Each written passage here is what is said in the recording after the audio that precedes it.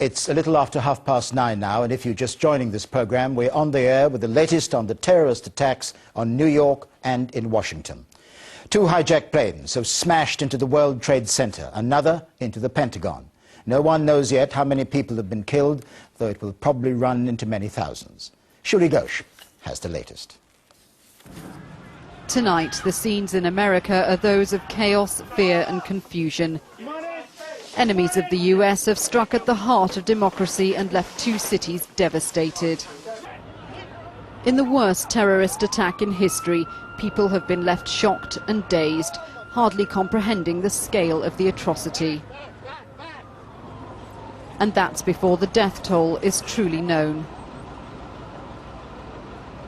The cities at the centre of the attacks have virtually shut down. Streets have been closed off, buildings evacuated, and doctors are appealing for blood donors to help the injured who are flooding into hospitals. Hanging over everything, a numbing disbelief that American security could be breached so thoroughly. It started with the first attack in New York when a hijacked plane crashed into one of the twin towers of the World Trade Center. 18 minutes later, another plane was flown into the second tower.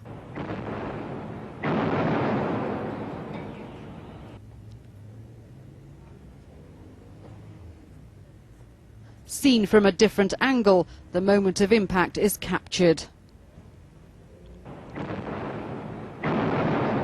These pictures horrified the population. As smoke and flames streamed from the stricken building, people appeared at the windows, waving for help, begging to be rescued. But the horror wasn't over.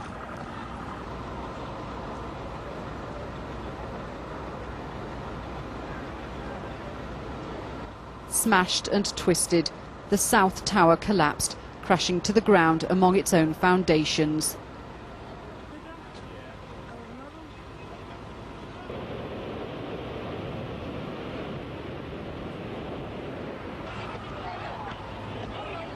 "20 minutes later, the North Tower also imploded.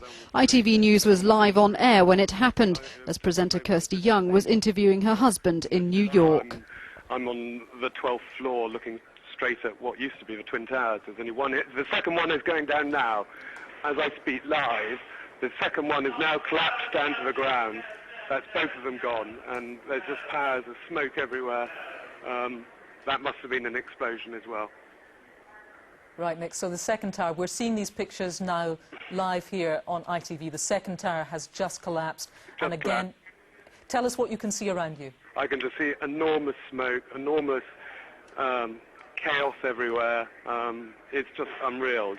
There were the Twin Towers, which were the feature of New York, and now they're not there. And presumably there must be a great deal of noise, smoke, debris. Everything. I mean, the amount of emergency services which must have been there to get out the people who were in Twin Tower 1, I mean, it's just incredible. I mean, they're both gone. Tons of concrete rained down on the streets, leaving a blanket of debris over the city. 50,000 people worked in the World Trade Center. The death toll is unimaginable. And fell and just hit and just blew out the plaza we were on.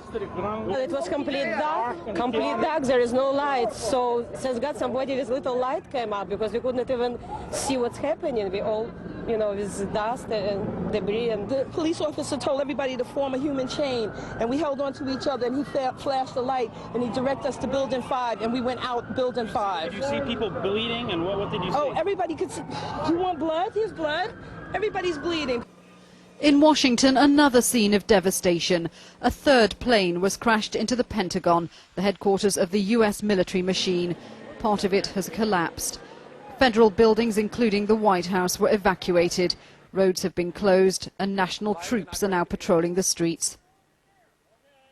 For President Bush, this is the biggest crisis the White House has faced since the war. Freedom itself was attacked this morning by a faceless coward, and freedom will be defended. I want to reassure the American people that the full resources of the federal government are working to assist local authorities to save lives and to help the victims of these attacks. As America reeled, it was confirmed a fourth plane had been crashed in Pennsylvania. Tonight, survivors are still being pulled from the rubble that was the World Trade Center. It will take an age to recover from this appalling tragedy. Shuli Ghosh, ITN.